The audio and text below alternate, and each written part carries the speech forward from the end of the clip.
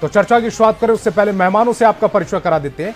हमारे साथ सत्ता पक्ष से जेडीयू प्रवक्ता नवल शर्मा और बीजेपी प्रवक्ता प्रेम रंजन पटेल जी जुड़ रहे हैं, तो वहीं विपक्ष से कांग्रेस प्रवक्ता ज्ञान रंजन और आरजेडी प्रवक्ता डॉक्टर दिनेश पाल जी जुड़ रहे हैं। सभी मेहमानों का बहुत बहुत स्वागत। मेरा पहला सवाल आरजेडी प्रवक्ता दिनेश पाल जी आपसे ही है। केंद्रीय मंत्री गिरिराज सिंह ने राहुल गांधी को लेकर बयान दिया, जिसमें उन्होंने कहा है कि राहुल गांधी में ना तो दलितों के प्रति प्रेम है और ना ही पिछड़ों के लिए कोई संवेदना है। जवाब में आपने गिरिराज सिंह को पाकिस्तानी कह दिया, पाकिस्तान परस्त कह दिया।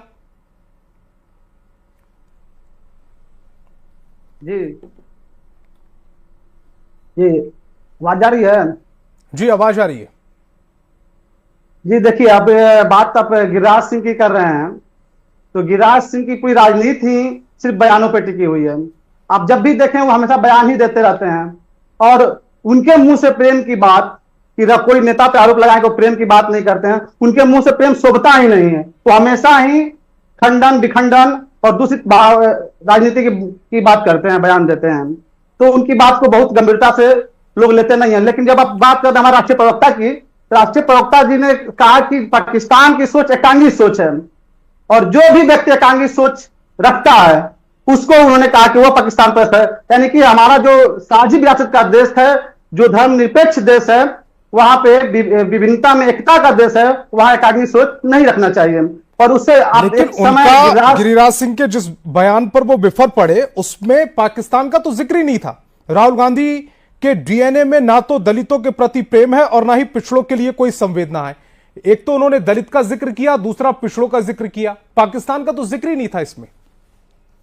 देखिए, आपने जो हेडिंग चला रहे हैं कि पाकिस्तान की राजनीति बिहार पे कैसे आई, आप याद कीजिए 2015 के विधानसभा चुनाव, उस समय भी भाजपा के संघ के नेताओं ने क्या बयान दिया था। उन्होंने कहा था बिहार में सरकार बनेगी, पटाखा पाकिस्तान में छूटेंगे। यानी ये लोग बार बार जब सरकार बिहार में जब चुनाव की बारी आती है तो ये लोग पाकिस्तान का राग अलापने लगते हैं, पाकिस्तान का जो बयान था वो उस परिप्रेक्ष्य भाजपा के लोग बयान के परिप्रेक्ष्य में था।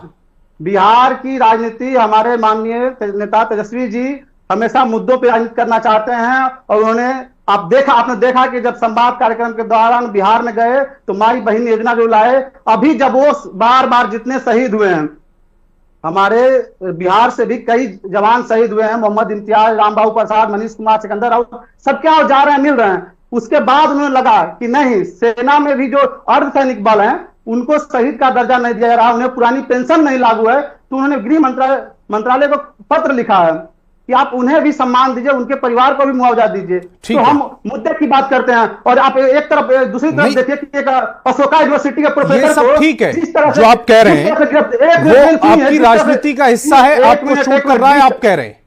मेरा सवाल यह है कि गिरिराज सिंह के जिस बयान के परिप्रेक्ष्य में लेकिन आपके नेता का बयान आया उसमें तो पाकिस्तान का जिक्र ही नहीं था, फिर उन्हें पाकिस्तानी कह दिया, पाकिस्तान परस्त कह दिया गया।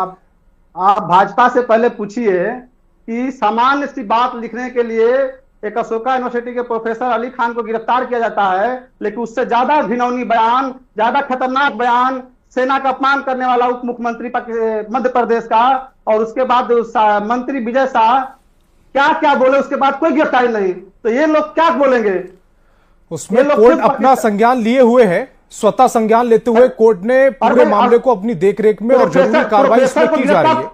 प्रोफेसर को तुरंत गिरफ्तार कर लिया गया भाजपा नेता के एफआईआर पे, लेकिन उस दोनों मंत्रियों का इस्तीफा नहीं लिया जा रहा है। कहीं ना कहीं ये जो भाजपा का शीर्ष नेतृत्व है उसका साथ मिला हुआ है। ठीक है, प्रेम रंजन पटेल जी इसी तरह का लाल जवाब दीजिएगा और इस बात का भी जवाब दीजिएगा कि गिरिराज जी ने कोई गलत बात थोड़े ही बोला है। राहुल गांधी आज घड़ियाली आंसू बहा रहे हैं, और राहुल गांधी कभी दलितों के लिए, पिछड़ों के लिए पाकिस्तान जिंदाबाद के नारा लगा रहे लोग। हाँ, आगरा में आरएसएस का कार्यकर्ता लगाया है अर्जुन नाम का, आज तक गिरफ्तारी नहीं हुआ। जबकि बिहार में एक लगाया वामपंथी करता है, तो आरजेडी को आप लोग दिखा करके अपने बीजेपी प्रवक्ता के लोग, बीजेपी के लोग दलित और अति पिछड़ा की बात करें, इससे ज्यादा हास्यास्पद क्या हो सकता है। आप याद कीजिए काका कालेजकर की रिपोर्ट की बात कर रहे थे, जब जननायक कर्पूरी ठाकुर ने बिहार में आरक्षण लागू किया था तो भाजपा के लोगों ने कितनी गंदी गालियां दी थी। और याद कीजिए जब मंडल कमीशन लागू हुआ था, बीपी सिंह ने लागू किया। ठीक है सर, मैं कंफ्यूज हूं। आरजेडी प्रवक्ता अपनी बात जल्दी से रखिएगा, उस समय आपका संपर्क टूट गया था जी। जैसे देखिए हम बोल रहे थे प्रेमचंद पटेल जी जो भाजपा के प्रवक्ता हैं जी, वो दलित अति पिछड़ा की बात कर रहे थे। मतलब भाजपा के लोग पता नहीं किस मुंह से बात करता है, और लोग काका कालेजकर की याद कर रहे थे। याद कीजिए जननायक कर्पूरी ठाकुर ने जब 1978 में आरक्षण लागू किया था तो इन लोगों ने कितनी गालियां दी थी, क्या स्थिति थी इनकी। 1990 में जब बीपी मंडल साहब की रिपोर्ट जब लागू हुई बीपी सिंह सरकार में, इन लोगों ने समर्थन वापस 15 वर्षों तक आपका शासन रहा, लालू राबड़ी का शासन का आपने पंचायती राज में आरक्षण देने का काम किया क्या? आपकी पार्टी में एक परिवार की पार्टी है और कोई पिछड़ा जाति नहीं है इस राज्य के अंदर में जिसको आप 2006 में जब विश्वविद्यालयों में ओबीसी के आरक्षण लागू हुआ, डॉक्टर दिनेश जी, अभी बिहार में आपकी सरकार आई थी, पार्टी के अंदर परिवार के अंदर आपने कर्पूरी ठाकुर जी की कितनी बातों को अमल किया और कितने नहीं चलेगा लागू किया अपनी गवर्नमेंट के दौरान? बिल्कुल उसका आरक्षण समय बढ़ा गया 12 बताए ना, डेटा तो बताए सर। अरे भाई 12 से 14 हुआ, 14 से 18 हुआ, राबड़ी जी का कार्यकाल में बढ़ा। उसके बाद अभी नीतीश जी ने कितना बढ़ाया? पिछड़ों का वोट लेते हैं। नीतीश जी ने कितना बढ़ाया था? केवल नीतीश जी ने कुछ नहीं बढ़ाया था, कुछ नहीं बढ़ाया जी साथ में थे तब 25% हुआ, वो भी नीतीश जी और भाजपा के लोग दर्शक लटकाए हुए हैं। नवी अनुसूची में शामिल नहीं किया जा रहा है,